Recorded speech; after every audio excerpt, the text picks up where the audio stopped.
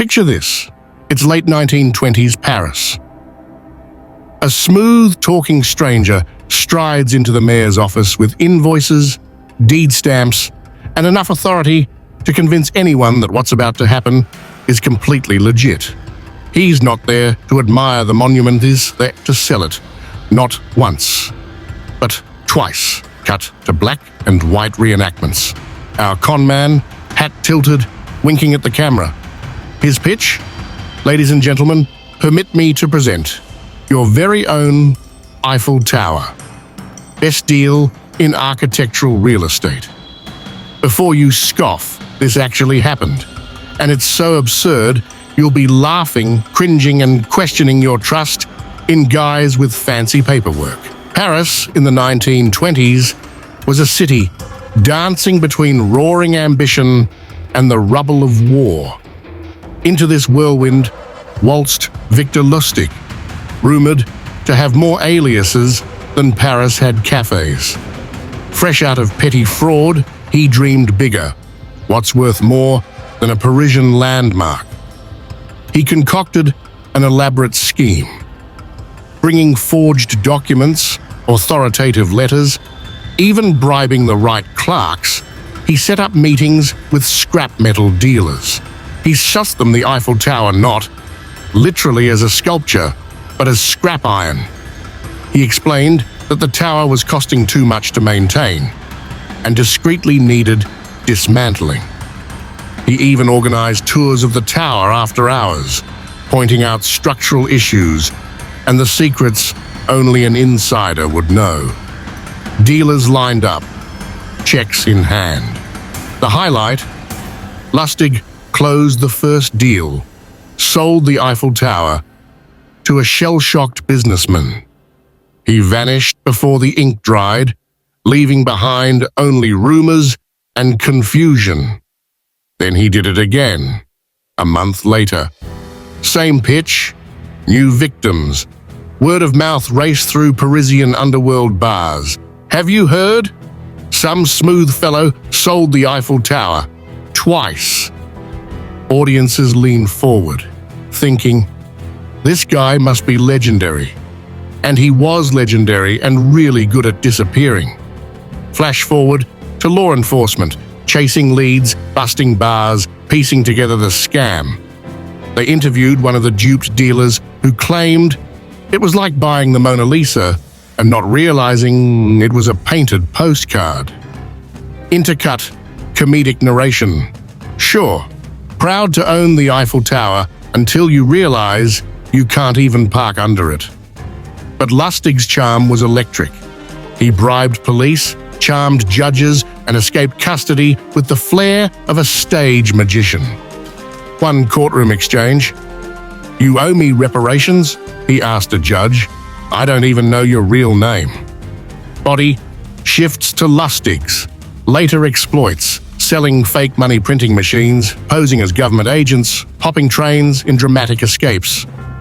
He became the ultimate anti-hero. Charming, cunning, manslaughterer of trust, but never of people. We intersperse comedic reenactments. Escalators? Oh, that was me, Sir Maid of Chocolate. You chewed your way through maintenance costs. His final bust came courtesy of the US Treasury. He got too greedy stateside. And in America, they didn't buy monuments, but they knew a counterfeit when they saw one. He got caught, served prison time, then vanished from headlines. Possibly died in the 1940s. Through it all, we keep the comedy light parodying the slick confidence of his pitch, the shock of the buyers, and cops left holding empty handcuffs. Shots of today's Eiffel Tower, tourists snapping selfies, knowing full well someone once nearly sold it. Here's the kicker. Surviving documents show Lustig printed actual invoices on official-looking stationery. Stamps are fixed, signatures approved by Pierre Gaston, a totally made-up city official. So yes, this is no urban myth, it's triple verified. Police reports, court records, and press coverage of the era. He sold the Eiffel Tower twice, and only one scrap metal dealer knew what he'd bought. A stack of paper worth more than the tower he'd never own. If you're loving the ride, hit like, subscribe, and ring that bell. Leave a comment telling us what's the wildest thing you'd scam just once if you could get away with it.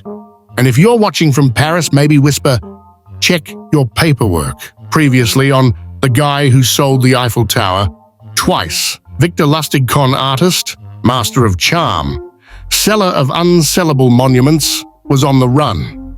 With Parisian dealers licking their wounds and police chasing ghosts, our man vanished. But Victor, he was just getting started. Cue dramatic map shot. A red line zips across the Atlantic to the roaring 20s streets of New York City. Bigger city, bigger scams. And Victor was about to teach America how gullible the rich could really be. New York in the 1930s. Wall Street roaring back from the crash. Gangsters sipping champagne with bankers. Flapper girls in feathered hats. A perfect hunting ground for Victor Lustig, now armed with his ultimate weapon. A briefcase, brown leather. Worn, nondescript, but his side, something worth more than the Eiffel Tower, a money-printing machine. Lustig's new pitch was legendary.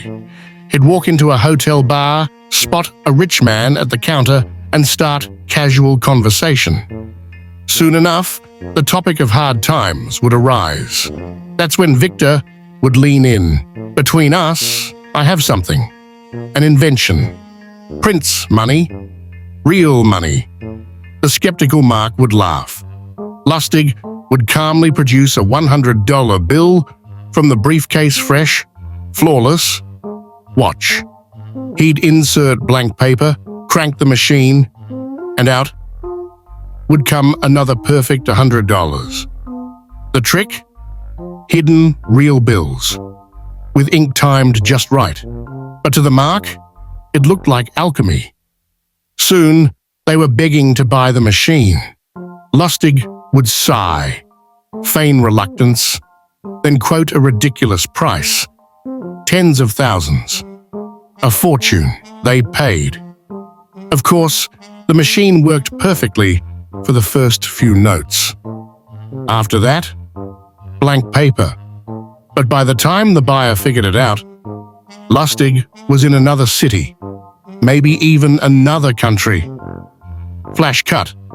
Newspaper headline spins onto the screen. Unknown counterfeiter. Dupes Wall Street investor. Victor was hitting bigger and bigger targets. Bankers, oil barons, even mobsters. But the higher he flew, the more dangerous the game became. One day, a very important man called for him. Al Capone, the kingpin of Chicago, the scariest man in America. Now, most con men would have run the other way, but Lustig, he leaned in. Met Capone face to face, spun a tale about a stock scheme, convinced Capone to invest $50,000. Weeks later, Victor returned not with profits, but with Capone's original cash. Too risky, he said. Didn't want you to lose it. Capone, stunned, decided this guy can be trusted and gave him $5,000 as a thank you bonus. Cut to Victor in a hotel room, laughing to himself.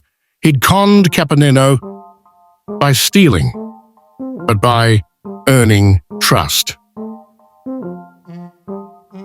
But luck runs thin, even for the best. The US Secret Service caught wind of this mysterious European floating from city to city. They had no Eiffel Tower sales to charge him with, but counterfeiting? That they understood. And when Victor made one last sale of his money machine to an undercover agent, the jig was up. Cue dramatic arrest. Victor handcuffed, reporters flashing bulbs, headlines screaming, "The man who sold the Eiffel Tower arrested in New York." At his trial, the judge asked, "Mr. Lustig, how do you plead?" Victor, calm as ever, replied, "Guilty, Your Honor. But you must admit, I have style." He served years in Alcatraz. The world moved on. The Eiffel Tower remained unsolved this time. Yet to this day, the story of Victor Lustig lives on. Tour guides whisper about him at the foot of the tower.